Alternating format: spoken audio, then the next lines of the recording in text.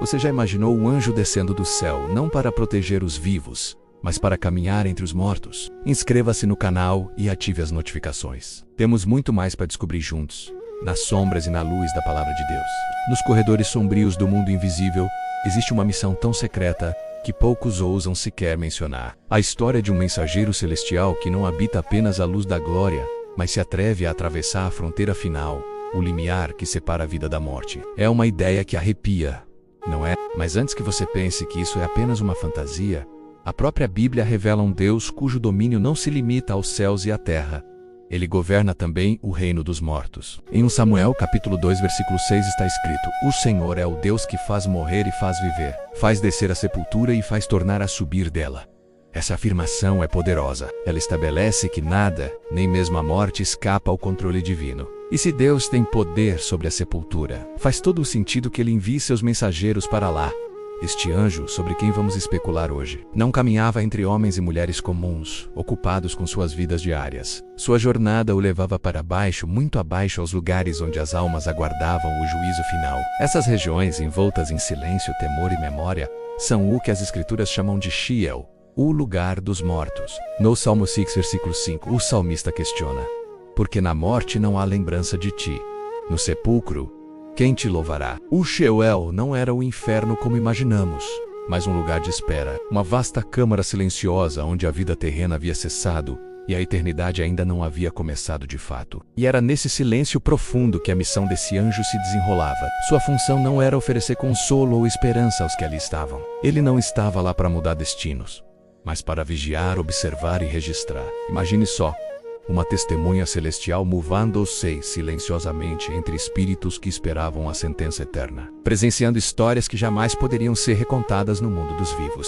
Pode parecer estranho, um anjo com uma tarefa tão sombria, mas a palavra de Deus confirma que os anjos são enviados em missões que muitas vezes permanecem ocultas aos nossos olhos. A carta aos Hebreus, no capítulo 1, versículo 14, nos pergunta: não são todos eles espíritos ministradores enviados para servir a favor dos que hão de herdar a salvação? Geralmente associamos esse serviço aos vivos, àqueles que ainda têm uma chance de redenção.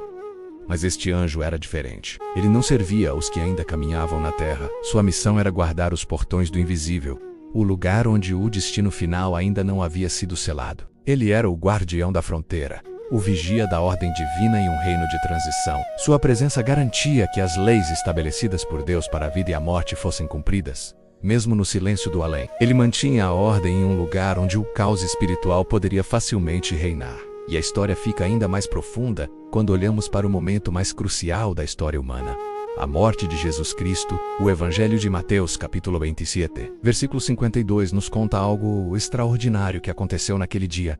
E os sepulcros se abriram, e muitos corpos de santos que dormiam ressuscitaram. Pense no significado disso. No momento em que Cristo entregou seu Espírito, o véu que separava o mundo dos vivos do mundo dos mortos foi, de alguma forma, tocado, rasgado. Houve uma perturbação na ordem cósmica, uma ponte momentânea entre os dois reinos. E onde há uma abertura entre a vida e a morte, onde há uma mudança tão sísmica, a vigilância celestial se torna ainda mais necessária. É nesse contexto que a figura do anjo que caminha entre os mortos se torna não apenas plausível, mas essencial. Ele estaria lá como o guardião da ordem divina, impedindo que o caos espiritual gerado por aquele evento monumental ultrapassasse seus limites e invadisse a criação. Ele não era apenas um observador passivo. Ele era a personificação da soberania de Deus sobre a morte. Imagine as cenas que ele testemunhou. Ele viu reis poderosos e mendigos esquecidos, agora igualados na poeira da mortalidade. Ele viu generais que comandaram exércitos e filósofos que moldaram o pensamento humano,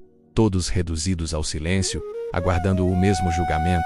Nesse reino, a riqueza, o poder e a fama não tinham valor algum. O anjo compreendia profundamente aquilo que nós, os vivos, frequentemente ignoramos diante da eternidade. Toda a vaidade humana se dissolve em nada. Cada alma era apenas isso, uma alma nua, despojada de tudo o que a definia na terra, aguardando o veredito final. A Bíblia é clara sobre isso em Hebreus capítulo 9, versículo 27. Como aos homens está ordenado morrerem uma vez, vindo, depois disso, o juízo. Não há escapatória. A morte é uma nomeação divina, e o juízo é a consequência inevitável. Enquanto nós, aqui no mundo dos vivos, seguimos nossas vidas, muitas vezes distraídos com preocupações triviais e ambições passageiras, esse guardião celestial continua sua marcha silenciosa pelos corredores da eternidade. Ele é um lembrete constante de que a morte não é o fim, é apenas a porta de entrada à antessala do juízo. Sua existência, mesmo que especulativa, nos força a confrontar uma verdade desconfortável.